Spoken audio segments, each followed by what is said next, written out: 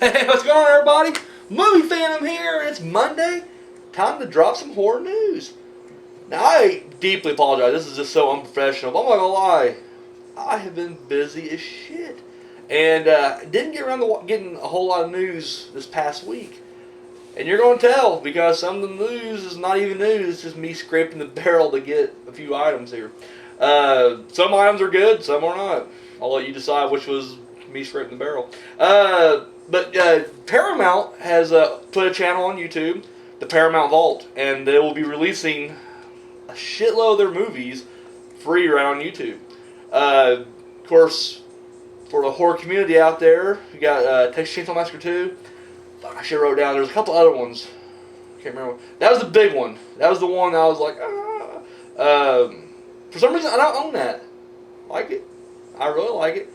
Just never bought it. Like, it's just one of those I always like come across, and then I find something else around the same time.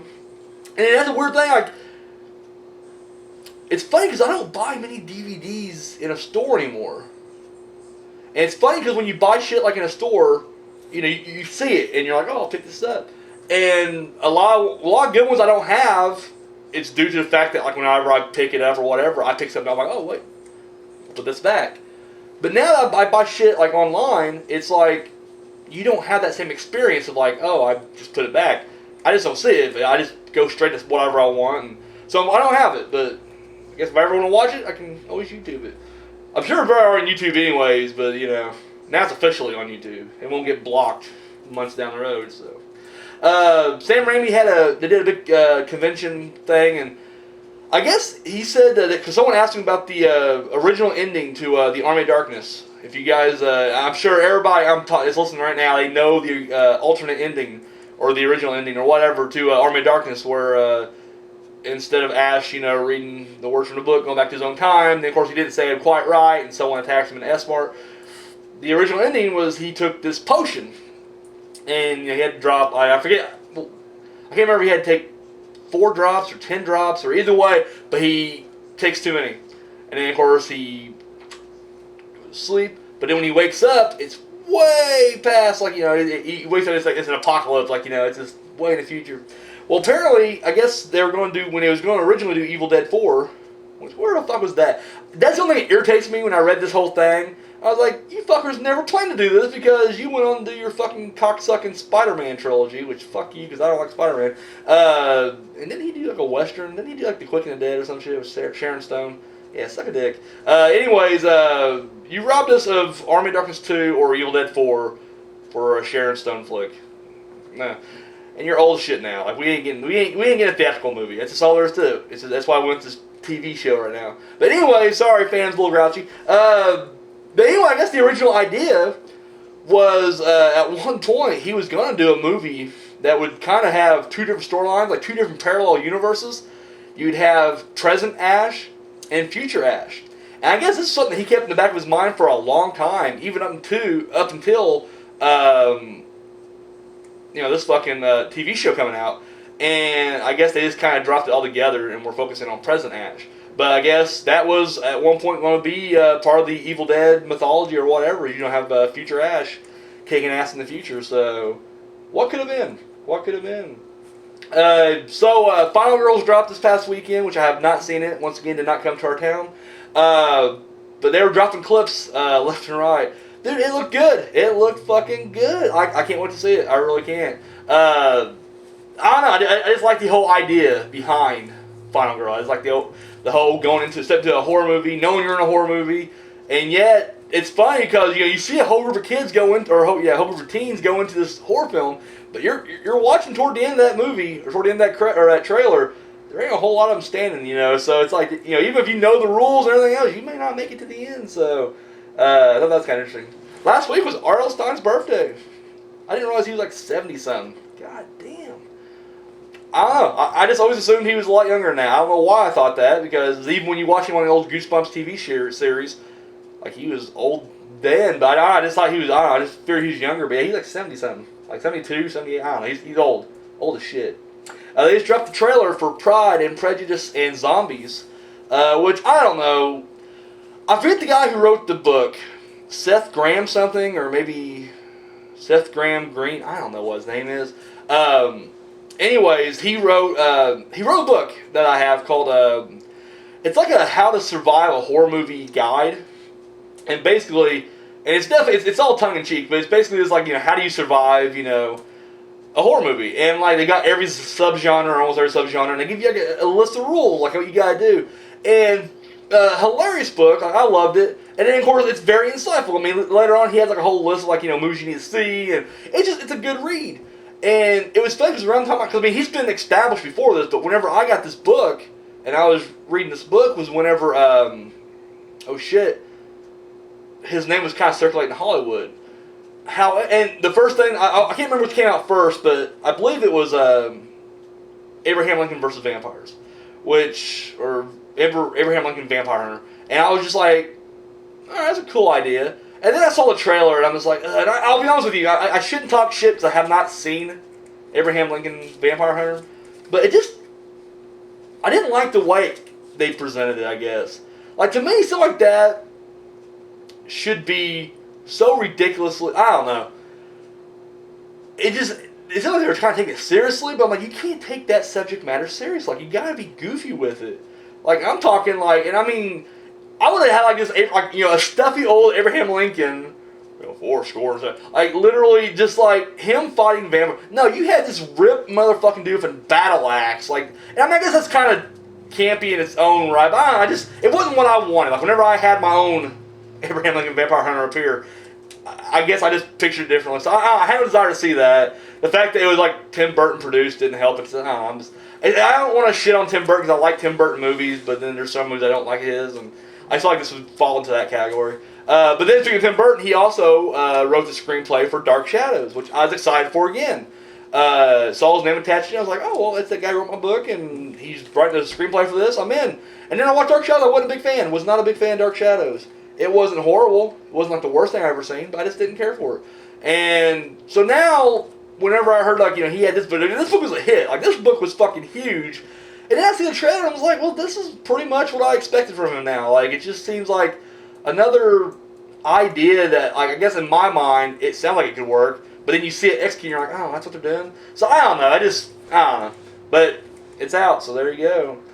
And speaking of, mentioned earlier, probably with the items together, but I guess the first reviews are in for the Ash vs. the Evil Dead. They've been, sending out like packages to like different media outlets or whatever, and they've already dropped a couple episodes for those people so they can write a review, and so far positive, which I think all of us Evil Dead fans knew it would be, but but just so you know, right now, people are liking it, people are digging it. This is kind of a weird little thing right here, it's kind of funny. If you're on Tinder, which is the dating app or whatever, apparently someone's been posting horror villain profiles on there. So you're scrolling through and you see a Michael Myers posted on Tinder. There you go. I read a couple of them because I actually have, at first I thought it was like a whole gallery of just like someone made these fake ones, but I'm guessing they're actually on Tinder. And they're just fucking, like, you read them, they're hilarious. Like, Norman Bates has his whole like profile, and he talks about how like, he loves his mother, and his dislike for people who don't like their mother. It's just ridiculously funny. But so if you're on Tinder, beware. And then goddamn, I separated the shit out of these. Speaking of R.L. Stine from earlier, another one of his book series is going to be turned into a feature film. Fear Street, which I did not have the privilege of reading. I was a big Goosebumps fan. Read a shitload of Goosebumps, and I think I read a couple of his other novels too, or short novels, but I never read any of the Fear Street. Well, apparently the buzz around Goosebumps is already fucking, it don't even hit till this weekend, but it's already, and so they're like, let's get another property going, and so they're busting out Fear Street already, which I didn't realize who the director of Goosebumps is. He's the same guy who did like Gulliver's Travels with Jack Black, and it just fucking bombed, and I'm just like, really? Like, we reteam him? Like, I'm okay. I'm still okay with Jack Black being R.L. Stine. I have my gripes about that, but whatever. It's not a big deal. But I'm like, why reteam him if that first outing didn't go so well, and you're hoping to build a franchise, from this movie? Maybe leave the director at home. Just saying. And this is like his first movie in like 6 years. Like, I think Golfer Shower was like the last movie he did. Like, he's been on the shelf ever since then. So, I don't know. Kind of make me a little worried right there. There's going to be a new Gamera movie. You know, Godzilla had his reboot recently. I think Godzilla's getting another movie, but like the Japanese version. Well, Gamera's getting back into the mix too, and he's going to have his own movie soon. So, I only got 2 Gamera movies, and it's funny. I think I told the story before, but I'll tell it again. Because I run my mouth so much, and it's probably a long time ago. I have a box set. It's a cheap, you know, you guys know the kind. The box set has like 20, 30, 50 movies on it or whatever. And they're all just the same public domain horror films, you know. And usually it's a mixed bag. So, you know, you get like a classic like you know, Night of the Living Dead or Nosferatu on there, and then you get some just complete garbage. And so, anyways, a buddy of mine bought the box set for me for Christmas, and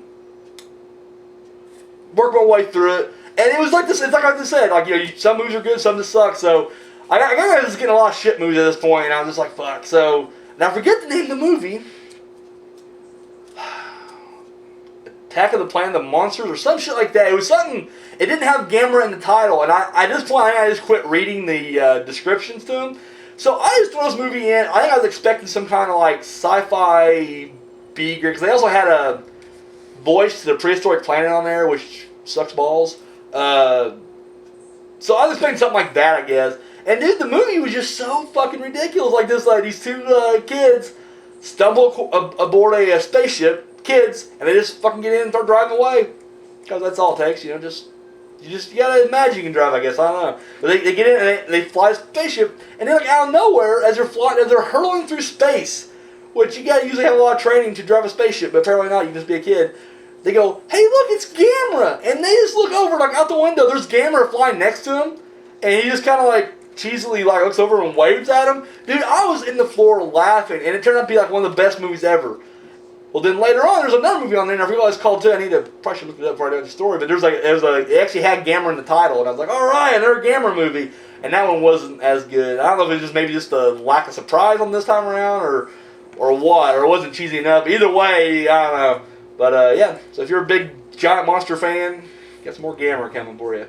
And finally, now I've not read a whole lot of the new Stephen King stuff. I want to say the newest book I read from him was probably, and this ain't new at all, probably Black House, which was a sequel to The Talisman, and that was like 2001, maybe.